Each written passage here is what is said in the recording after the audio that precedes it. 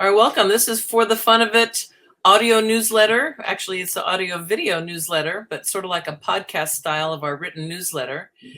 Carrie, Z, and I are here, and we're going to go over what we published this week for our small fan base, soon to be more, growing every day. Welcome, Carrie.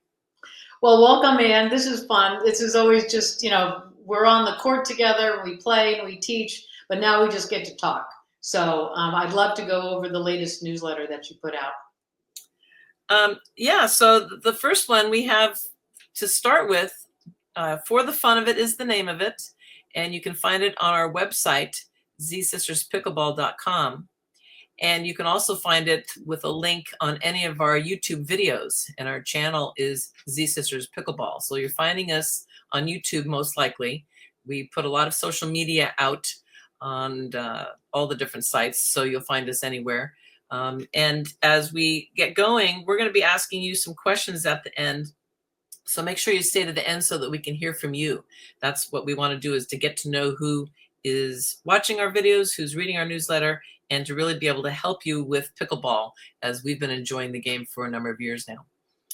So our video of the week is with the title, Leaf Be Gone, Effortless Pickleball Cleaning.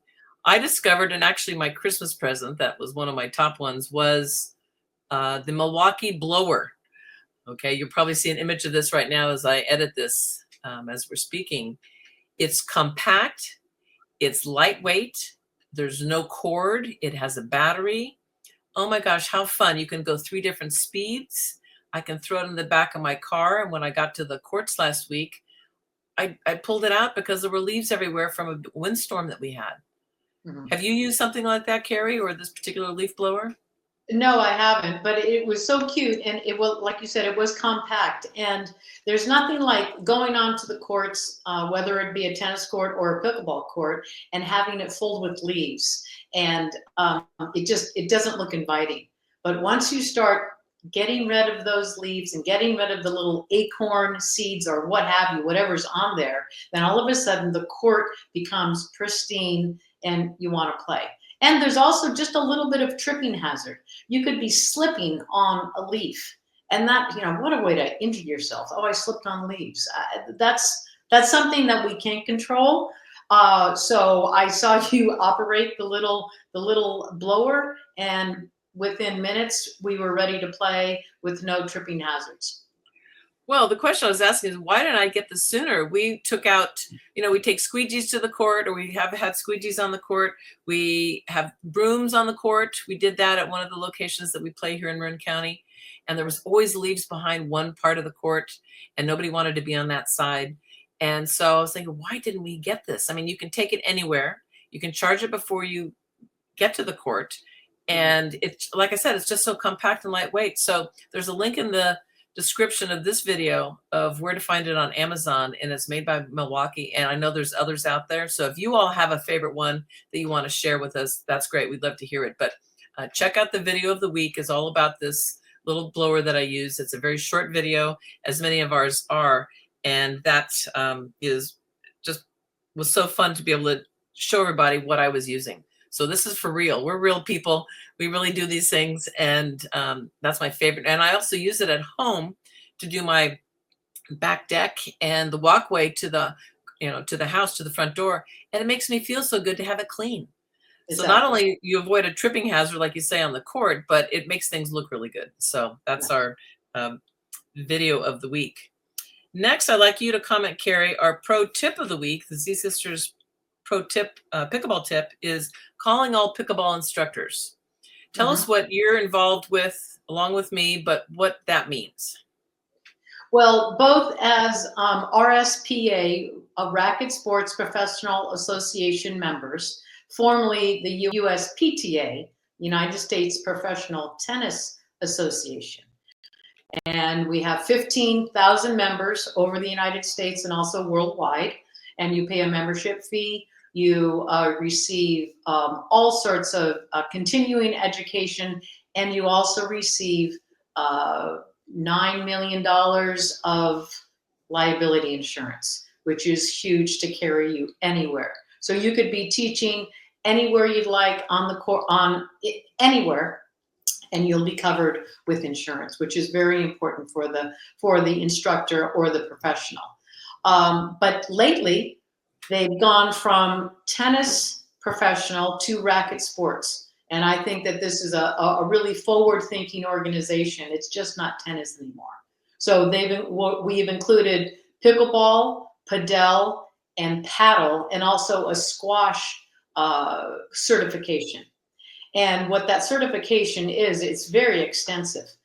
You sign up, you do pay your fee, but you sign up and you have at least 4 to 6 hours of online instruction. They take you through all of the what, why, and how of the pickleball game.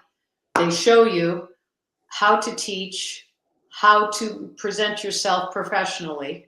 And then we have an on-court workshop, and then we go over this with the pros that want to be certified. And as Northern California Division coach developers, Ann and I conduct these workshops, and then they also go through our application process, and then they go through a test online. After that, they receive their certification. You have the letters after your name, and that just gives you so much more elevation and stature in the instruction community. Well, it's been a great community for us. I've been a member since 1985. I think you're about the same time. I think you were certified before me for tennis, being just a tennis professional, but we also have been certified for pickleball. And also you and I have done more extensive work on being able to then certify the pros. And for the first time, new to this is non-members. So you do not have to be a member of the USPTA or RSPA, as we now have to get used to saying, but you can take the test, which price point wise is about equal to some of the other organizations that test. You and I, Carrie, have also done the IPTPA, which was a course called Teaching the Pros, how to teach. Well, we all know how to teach, but now it's just different information. And so if you have a calling or an inkling or already doing some instruction in pickleball, please come to one of our workshops. The next one we have, as we're filming this in January of 2025, we have on the newsletter announces January 18th at the Belvedere Tennis Club at between 12 to 4 p.m. And you can register again with a link that will be in this video. And we also have a couple other videos that I will share in the description about becoming an RSPA pickleball certified pro, or even just joining the organization if you have any tennis background too and want to be it. They have many levels for just instructor, then it goes up a notch, and then it goes up to elite. So no matter where you qualify, because you will have to do some hitting in the workshop to watch your stroke production. And then the test that you mentioned, Carrie, is a multiple choice at the end. I think it's 50 questions. And they're not hard. We go over all of the information in the, either it'll be in the videos that you watch beforehand or during test day, because it's a very friendly organization that wants to include well-trained professionals. And that's what we are as professionals. Exactly. We're not trying to fail you. We want to pass you. We want you to have this certification. It gives us numbers. It gives us the ability to say we have a certain standard that we hold, and which is really important for the teaching professional. And the fun part is watching these videos. Those are your lesson plans right there. I mean, you don't have to reinvent anything. You just say what they're saying, how they're saying it, and that's it right there. So repeat, repeat, repeat. This is what we're doing here. Gathering the information, gathering the information and putting it back to your students, how you want to put it. That's part of the teaching process. The last one that I did was in November of 2024. And we just had a small group, 2 people, but one was from a woman from Southern California and a man locally in Marin County. And we had such a fun time exchanging stories of our teaching experiences, who our students were, completely tailor making it to the individuals that were joining us for the workshop. So they're usually more intimate than large groups. We're not talking about 50 people by any means when we do these certifications. And so we really encourage you, wherever you're located in the United States, to check out your RSPA dates, because they'll be in this video too. And maybe it wouldn't work for you this coming month, but we have others scheduled throughout the year. And I think right now they have up to May, as far as, and they're being added, dates are being added all the time in different locations, depending on where you're located. Yeah, So there's 17 divisions in the United States, and they asked us to schedule quarterly. So every quarter we are putting 3 to 4 workshops on for your convenience. So it's really, I think, well worth it. And that is our tip of the week, is get certified. If you are an instructor or you want to up your game and become an instructor because you just have this affinity for pickleball, you can help people. People want to learn from people that have been trained, and you're going to supply your passion. That's all the ingredient that you have to add after you go through this process. So that's our tip of the week. Very good. Switching now to pickleball gear we love. We have a list on our website. These products that we're recommending are all things that we use, things that we've discovered, things that we find. We have made videos on a number of them because we want to share the wealth of information. Sometimes they're really fun, sometimes they're quirky. But this week we're going to the Topspin Pro teaching aid. They've long been making one for tennis. So it's a ball that's connected to a stand, and you swing your racket or paddle, because there's now one for pickleball, and you can produce topspin without having to chase balls. You see the mechanics of the actual device making the ball spin, and you start to really get good at it, because they claim you can do this for 2 minutes a day and your topspin will improve. And I really think that's true. What do you say about the Topspin Pro, Karen? Well, I think it's just wonderful. Slow down and look at how the ball is being affected. And part of controlling any ball anywhere in the entire universe is the height, depth, spin, direction, and pace. So we're slowing down the spin, because often I ask my students, did you see the ball spin? And they're kind of looking at me like they know they should say yes, but they don't see the spin. And why should they? Their eye isn't trained. So here we have a ball on a stand, and it's actually, we start with the hand, and they're seeing the ball spinning, and they're seeing manipulating the ball, whole yes. spin around. And that's the beginning of understanding what we're really trying to do here. And then we put the paddle or the racket in the hand, and then we incorporate all of the swing. So we're kind of chaining backwards, and then we get to hit the ball. So it's a fabulous teaching aid. I love it. For all Kids love ages. it. All ages love it. Kids love it. You can take it anywhere. We've made a couple of videos. I did it in my front garden one time. I'd love to take it over to the Golden Gate Bridge and do some Topspin Pro. I'm sure we'll get a little crowd. That could be fun. Where in the world are Ann and Carrie with their Topspin Pro device? So that is the link. The link will be in the description of what gear we love. We love the Topspin Pro. We are affiliates, so that if you do click the link, we'll get a small kickback, but we would use this anyway, whether we're on the affiliate page or not, because it's a device that we both really enjoy. And we love Topspin. Topspin works in tennis.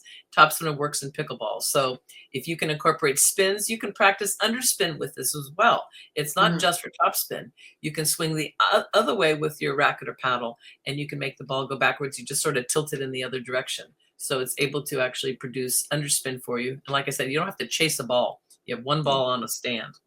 And one more thing. Let's say that you have an odd amount of people playing with your little pickup game. Let's say you got 5 people. You have the Topspin Pro on the side of the court, and you could be hitting with your underspin or your topspin rather than just sitting there on your phone or doing something that isn't really going to help you. All of a sudden, you have something that you're engaging with. So if you're an instructor and you have an off number of people, rather than standing out, get them used to that. They can do 15, 20 seconds and then rotation, and they're good to go. So it's a fun little thing to have activation. And we know a couple of our friends, players that we play with, that could use this because they don't even know what topspin is. And again, once you discover it, you won't go back. Spin is really where it's at as far as controlling the ball. Go over those 5 points again, Carrie, of what you can control. Sure. It's the height, the depth, the spin, direction, and pace. And we could talk an hour on each of them. So that's 5 hours right there, right? Yeah, we'll do that in the future. That'll be another video. All right, now we're going to jump to some pickleball news. And you might see these things come through your news feeds if you have pickleball interests. Sometimes the way the Google works is you can just say pickleball news and find out what's new for the day. There's a number of newsletters besides ours, all saying about the same thing, just because that's what's going on in the pickleball world. And so this week, Apple, of course, it coincides with New Year's because people want to get back to getting fit, getting active, and breaking the holiday, cycle of just partying all the time. So you want to get out and do something with your body. Well, Catherine Parento, who is a top professional, I believe from Canada, she's now working with Apple and doing a program through the Apple Fitness Plus program. We've used our watches, our Apple watches, to say how many minutes we're playing pickleball. I think it'll tell you how many calories burned and so forth. But she has a whole program. I haven't done it yet, but it was just announced that you can go to the Apple Fitness Plus page and follow her workout and do some of the stretches and exercises and drills that she would have you to do for getting ready to play pickleball at a decent fitness level. So they have other ones where you can do dancing, and you can do, all sorts of exercises and stuff. It's a really unique kind of interactive way to get fit. So I'm glad to see that they're making pickleball part of the edition. Absolutely. I think that this is just, anybody has any information, you can take it or leave it. If it's too active for you and you don't want to do it, then don't do it. You really have to figure out what your body is able to do or what you think your body is able to do. I bet you surprise yourself. But if with just a little bit of warming up and a little bit of body care, maybe, Ann, next time we do it on the Therabody. Yeah. The compression, right? So, but again, just by getting a little bit different perspective on how we can get a little bit more fit or getting back onto the court next time. That's a big one. I can go all out on Saturday and I can't walk for a week and a half. That doesn't help me, right? So getting back on the court. The course is designed, we say, to improve your strength, endurance, and agility on the court. So I think there's probably a number of things. And because she is a pickleball professional player at a very high level, ranked very near the top, with a lot of successes, she'd be a person that I would want to watch and do some of those activities with. So maybe, again, we do it ourselves and see what we can come up with and share it with our Z Sisters group. So the secondary part of that is, if you have an Apple Watch, find your pickleball setting. And it's hard to remember to hit record or start. I do it with walks sometimes, or it'll remind me when I'm when I'm taking a bike ride. It'll all of a sudden make a little ping. Do you want to record this? So it'll give you the time, but you can look at your daily health and see how many steps you've taken. You can see how long you played pickleball or whatever is your activity that you can account for. So those are the things that our newsletter had this week. It's a very quick read, probably about a minute, and we do have some links to the products and also to the videos that we're talking about when we're writing this video newsletter. But we want to hear from you. So at the bottom of the newsletter, we ask some questions, and we've yet to have anybody answer them. We want to hear from you. Seriously, we want to know, how long have you played pickleball? All right, Carrie, I'm going to ask you, how long have you played pickleball? I think it was the COVID generation, right, of pickleball starters, which I think were many, many millions of people. Had nothing better to do, didn't want to do it. What else have we got to do? Why don't we give it a go? That was it. And those ones, tennis and pickleball were the safe sports because there was a level 1. You weren't close to your opponent or partner, so that was a safe activity. Right. The next question we ask, and we want to hear from you, this is for you. Why do you play pickleball?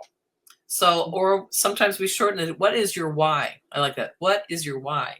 All right, Carrie, first of all, I'll answer how long I played pickleball. I've played since 2017.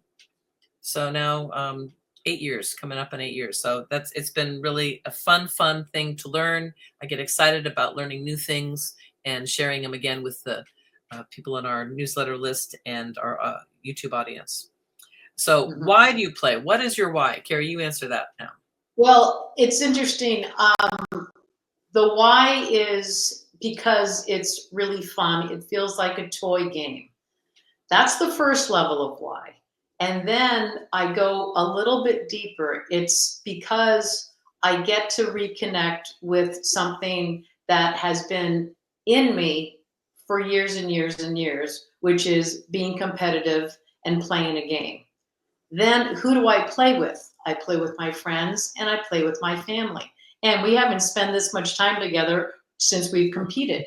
Okay, yeah. So then my social goes out even farther. Then I get to pass this really fun new game on to my students. So it starts out, but then I have 3 or 4 layers of why. And then I'm more physically fit. I get more sunshine. I push myself to learn. I mean, now I've said 7 things of why rather than just my one why. How about you, Ann? Well, I'm going to give you my one why. I play pickleball because I love returning a ball that someone thinks I can't get. They've made basically a winner, and somehow my paddle will touch this hard hit ball or place ball, or I'll run for a shot that no one thinks I'm going to get, probably even me, and then I return it. And that keeps me coming back, as the old Billie Jean philosophy, Billie Jean King, was hit one shot every single time you get on the court and you'll come back. And so when I have done, I can visualize running wide for a ball that had an angle and going back with a super duper angle back across the net, or running wide for a ball, especially off the court, and hitting the ATP. I associate that with your why, Carrie. Along with that, add number 8 of the ATP for you. Mm-hmm. I mean, you get so excited. That brings us also back to practicing tennis when we were kids. We would like to practice and it was fun, but then it got a little bit boring. And then we went for the specialty shots. So that's where that connection, that bridge back to for the fun of it. Mm-hmm. We did play tennis because we wanted to compete. We wanted to be on a team or what have you. But we kept on playing because we had fun and we invented and we created. So that shot that you think that nobody thinks you can get back, and you got it back, I'll show you.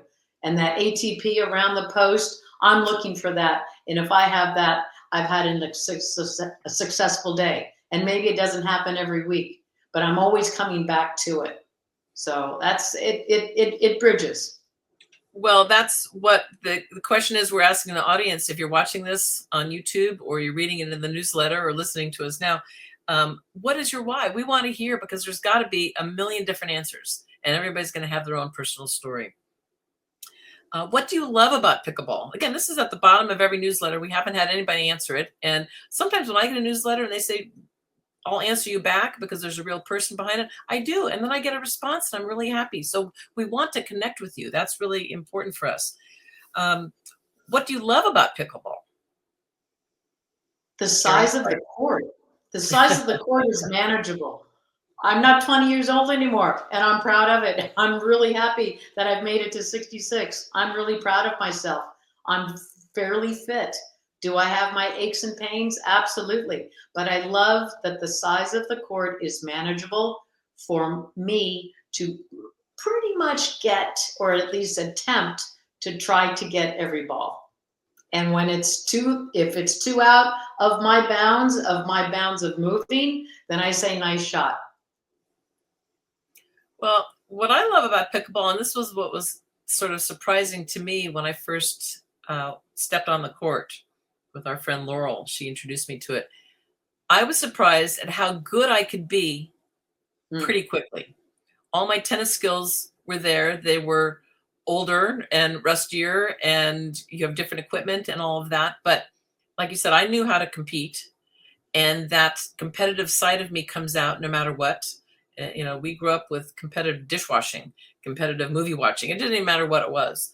More better with the size family of 5 kids, we competed in every way that we possibly could.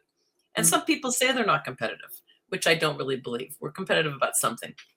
But anyway, sports in particular for us was where it was at. So getting on the court, what I love about it is that it is that game that can challenge you. Once you then think you're good, you're not good. So you're good until you're not good. I love that.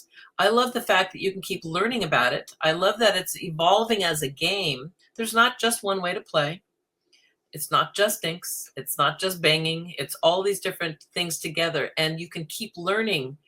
So at the age that we are, what I love about it is that you can keep learning about pickleball. It's never just going to get old because you can play different places. You can meet different people. All sorts of experiences can be different, and it really is fun, like you say. So I love what do I love about pickleball? I love that it's fun. That really is sort of the gist of it, and why we've gotten hooked. And we have a pickleball channel. Why would we even have that if we didn't love it? Are there any pickleball issues that we can help you with? This is to the viewer right now. Carrie, what would you say is one of your issues? What do you think you need help with that you want to get better at? Help with? I think just selecting the right shot.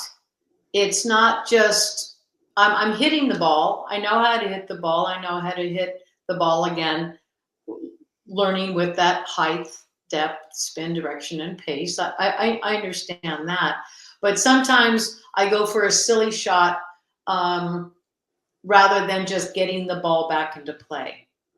So that's where the selection of shot isn't quite correct for that time. So, that's the learning process. Rather than beating myself up, I'm just going to look at it. Again, we're talking about Billie Jean King here. All she says is that's input. It's not a mistake. It's input. And what can I do better next time? So those are the kind of things that I kind of slide back and forth with. Being a little bit silly out there is okay to do also. Right. And the games are short enough that you can then go on to the next game or the next day, because some days it works for you and some days it doesn't. So my answer to that question, what issues I have, I think I've actually worked through a lot of them. It's, why do I do it? Do I want to play tournaments? Probably not on a regular basis. Been there, done that. I think it is exciting because your heart beats and you get to travel and do all of that kind of stuff. And there probably will be some future moments for that, but that's not the reason that I'm playing pickleball. I want to get back to more of a regular game because with the holidays and a lot of the wet weather we had in the December months or December and November months, it just was not conducive to getting out there. So I want to do that for myself, and then I have something to offer to the students too, because I feel recharged, and some experience that I have I can share with them that I'm in their same boat.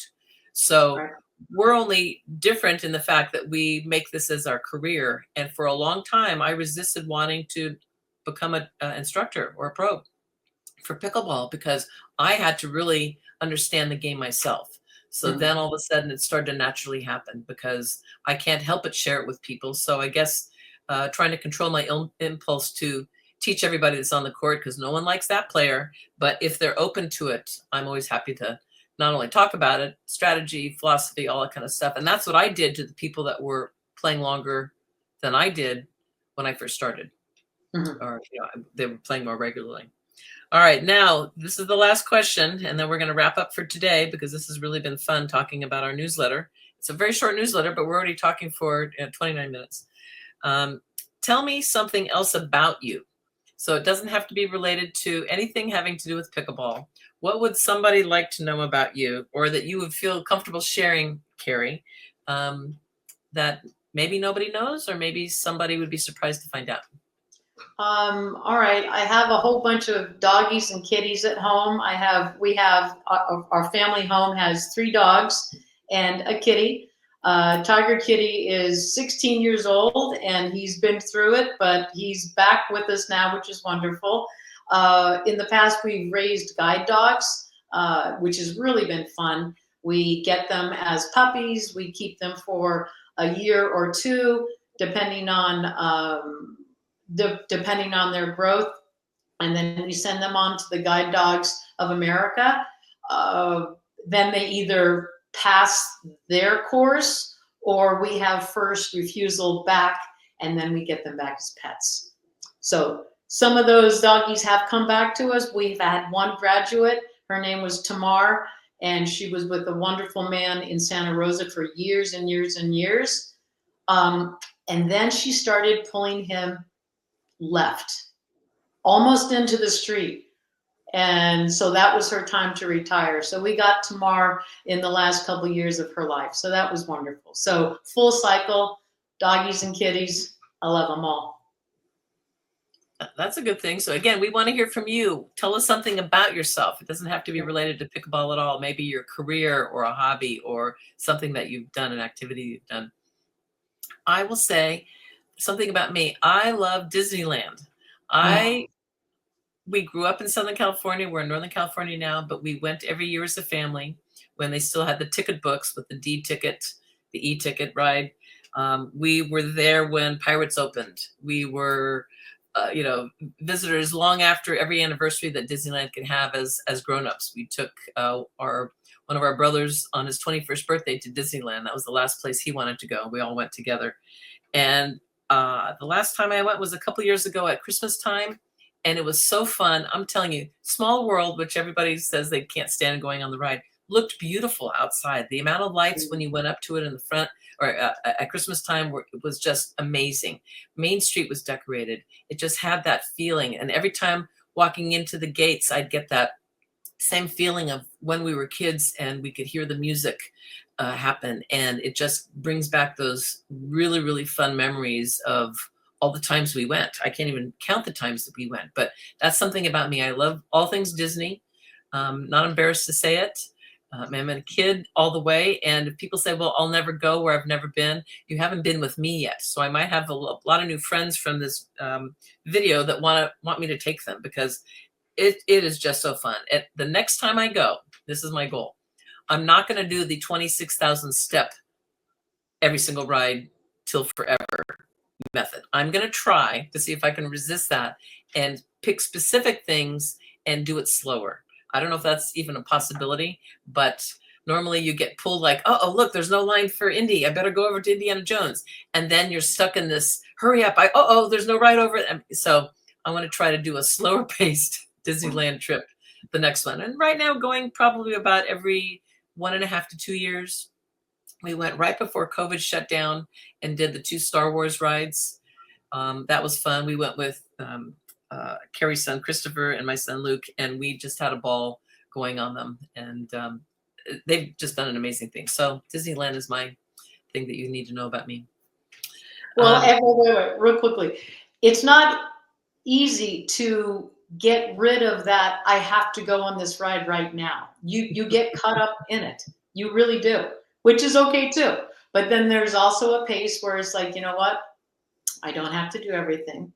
And I think maybe that comes with age. But well, it hasn't happened yet. That's what I'm hoping. Next time I go, I want to do this one that's going to be, if we have different groups of people, that some can go off one, some can go to another, or go back to the hotel and use the pool. That's always a treat, but hard to pull yourself away from the grounds of Disneyland. So almost impossible. That's one more thing about me.